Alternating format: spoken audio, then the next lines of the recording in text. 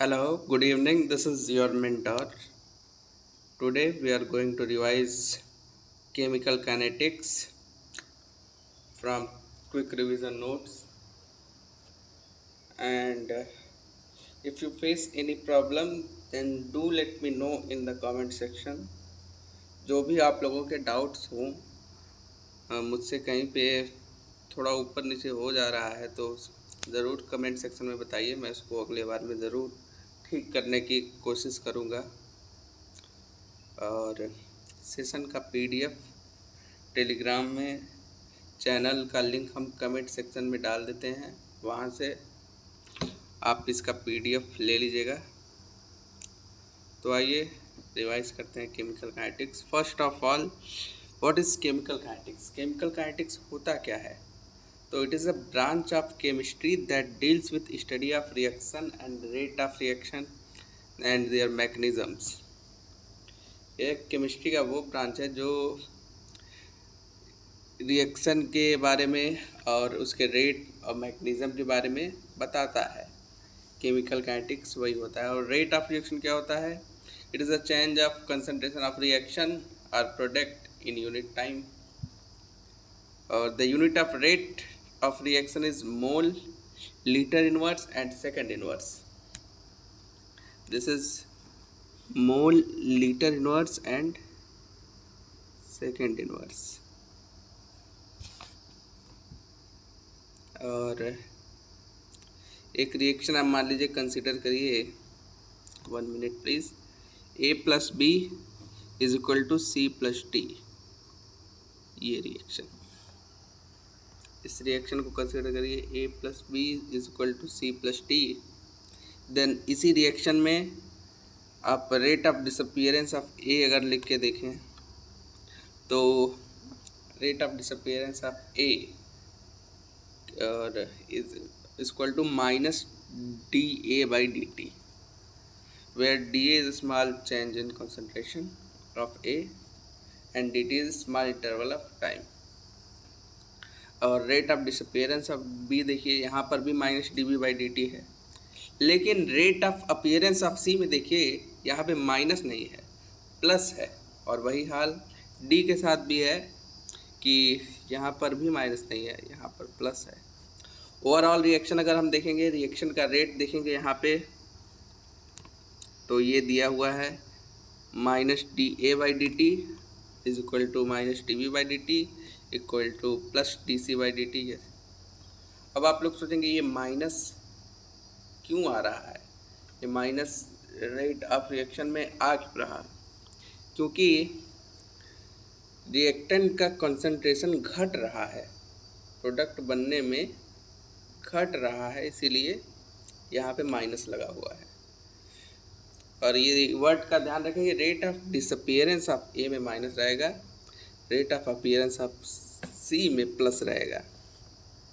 Overall rate of reaction आप लोगों ने देख ही लिया है। अब आइए रेट लॉ और रेट इक्वेशन के बारे में देख लेते हैं। It is expression which relates the rate of reaction with concentration of reactants. The constant of proportionality K is also known as rate constant। Proportionality constant को K बोलते हैं, उसी को रेट कांस्टेंट भी बोल देते हैं। एवरेज रेट देख लीजिए, एवरेज रेट बेसिकली होता है del x upon del t, where del x is concentration, change in concentration, और del t is equal to change in time interval, large time interval. और इंस्टेंटेनियस रेट, इंस्टेंटेनियस मतलब किसी एक instant पे, तो बहुत एकदम थड़ल्ले से बोल देंगे D x by D T.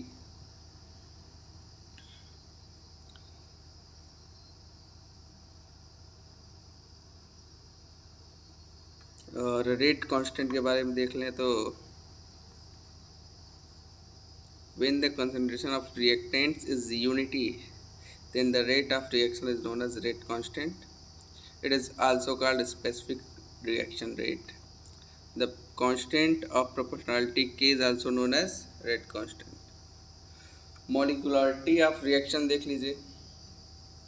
molecularity basically होता है क्या है, the number of reacting species that take part in any chemical reaction is known as molecularity. Basically जितने भी रिएक्टेंट पार्टिसिपेट कर रहे हैं एक केमिकल रिएक्शन में, उसी को मॉलिक्यूलरिटी बोलते हैं, रिएक्शन की मॉलिक्यूलरिटी। आइए देखते हैं इसमें क्या लिखा है। The total number of atoms, ions और molecules of the reactants involved in the reaction is termed as molecularity। वही बात, it is always in whole number, ये हमेशा एक whole number है, and never more than 3, 3 से ज़्यादा नहीं हो सकता, and it can't be 0, ये 0 भी नहीं हो सकता और फ्रैक्शन में भी नहीं होता है।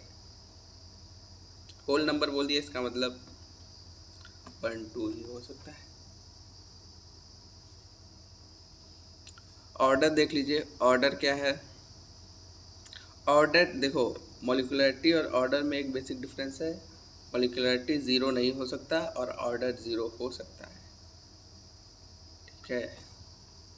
द सम ऑफ ऑर्डर देखिए, the sum of exponents power of the concentration of reactants in the rate law is termed as order of reaction.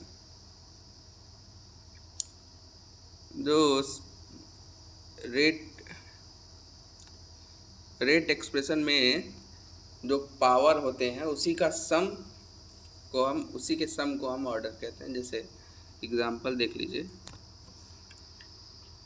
कि a के पावर x है और b के पावर y है, तो ऑर्डर ऑफ रिएक्शन हो जाएगा x प्लस वाई, और पावर का sum. It can be in fraction and it can be 0 also. यही डिफरेंस है, मॉलिक्यूलरिटी फ्रैक्शन में नहीं होता और ना ही 0 होता है, लेकिन ऑर्डर फ्रैक्शन में भी हो सकता है और 0 भी हो सकता है। तो देख लीजिए, ऑर्डर यही x प्लस वाई हो जाएगा। ये k a के पावर x और b के पावर y है, ध्यान रहे। The order can not be determined with a given balanced chemical equation, it can B experimentally determined. Order balance करके नहीं डिटरमाइन होता, वो एक्सपेरिमेंटली वो डिफाइन हो जाता है। और ये 0 ऑर्डर का मैकेनिज्म अगर देखना हो तो देख लीजिए, लेकिन हम डायरेक्ट इसमें हम बता दे रहे हैं।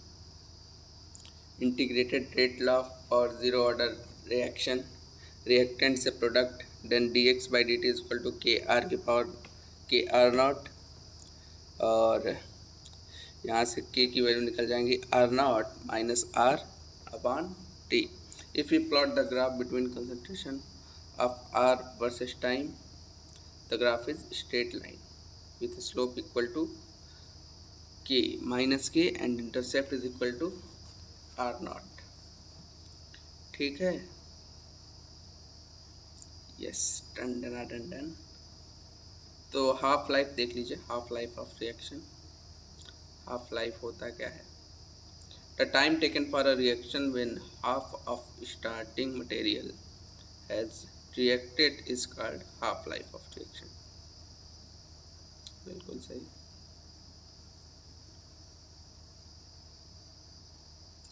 For 0 order reaction, the half life, that is T half is equal to R0 by 2K, or for first order reaction, T half is equal to 0.693 upon K, where K is rate constant. It is independent of initial concentration. ये initial concentration के independent हो रहा है, देखने पर ही पता चल रहा है।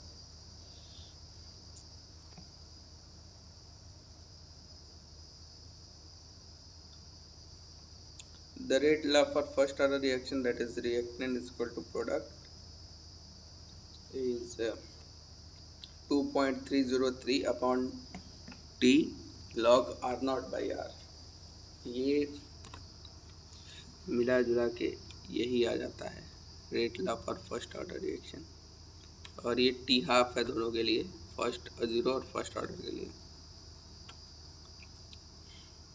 और इसका भी ग्राफ स्ट्रेट लाइन की तरह होगा, ठीक है। LNR और टाइम का ग्राफ, इसके ग्राफ्स और थोड़े बहुत न्यूमेरिकल हम लोग नेक्स्ट पार्ट में करेंगे कॉपी पेन पे। ठीक है, ये ज़्यादा बड़ा चैप्टर है नहीं, थ्योरी के बेस पे। इससे न्यूमेरिकल भी आता है, थियोरेटिकल पार्ट जैसे मॉलिक्युलरिटी, ऑर्डर, ये सब के बीच में डिफरेंस पूछ लिए, यहाँ से क्वेश्चन आ सकते हैं। कभी कभी रेट के ऊपर भी क्वेश्चन आ जाता है, और फर्स्ट ऑर्डर सेकंड ऑर्डर इस पे क्वेश्चन ज़रूर आते हैं, और ज़ीरो ऑर्डर पे भी आते हैं, ध्यान रहे इतना।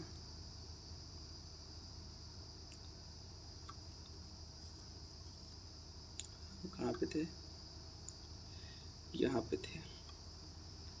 Where K is rate constant और specific reaction rate, R nought is initial molar concentration is final molar concentration after time T. K is equal to 2.303 upon T log A by A minus X.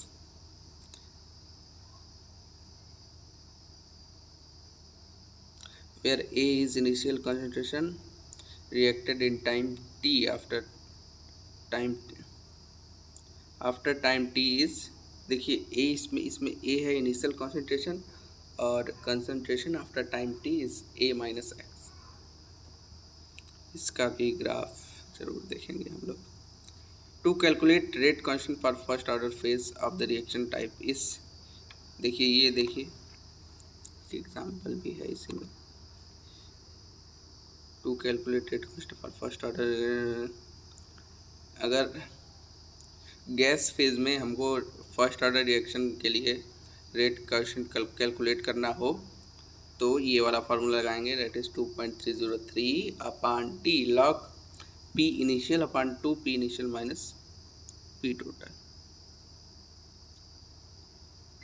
P total, P I मतलब P initial और P T मतलब P total.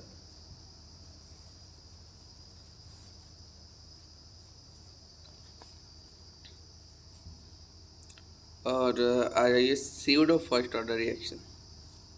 Pseudo मतलब जो दिखते हैं first order की, लेकिन होते नहीं हैं। स्यूडो का मतलब ही यही है। और कहीं स्यूडो का नाम सुना होगा आप लोगों ने? स्यूडो का नाम तो,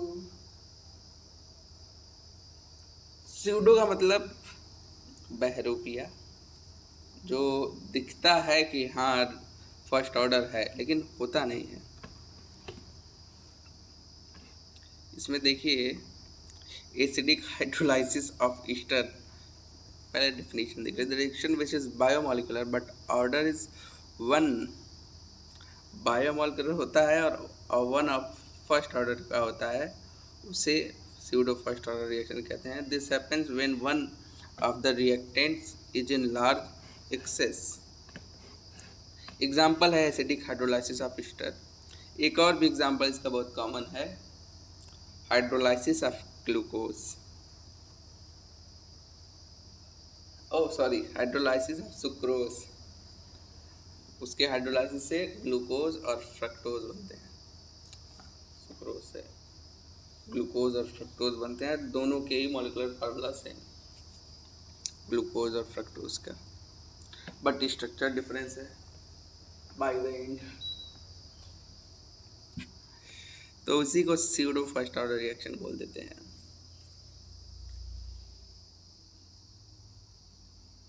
एक्टिवेशन एनर्जी देख लीजिए, इट इज ये भी पूछा हुआ है बोर्ड्स में, एक्टिवेशन एनर्जी क्या होता है। तो it is an extra energy which is must be possessed by reactants molecules so that the collision between reactant molecules is effective and leads to the formation of product molecules. Arrhenius equation of reaction rate, it gives the relation between the reaction and temperature, that is K is equal to AE के power minus EA by RT.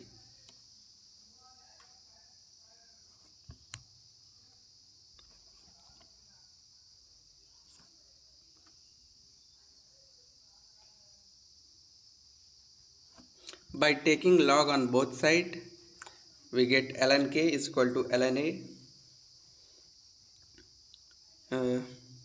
ln A minus EA/RT, और इसको और simplify करेंगे, log K is equal to log A minus EA/2.303 RT। ये formula बन के आ जाएगा और है नहीं इस क्वेश्चन का, where K is equal to rate constant, A is equal to frequency factor, EA is equal to energy of activation, and R is rate constant, gas constant, and T is temperature in Kelvin.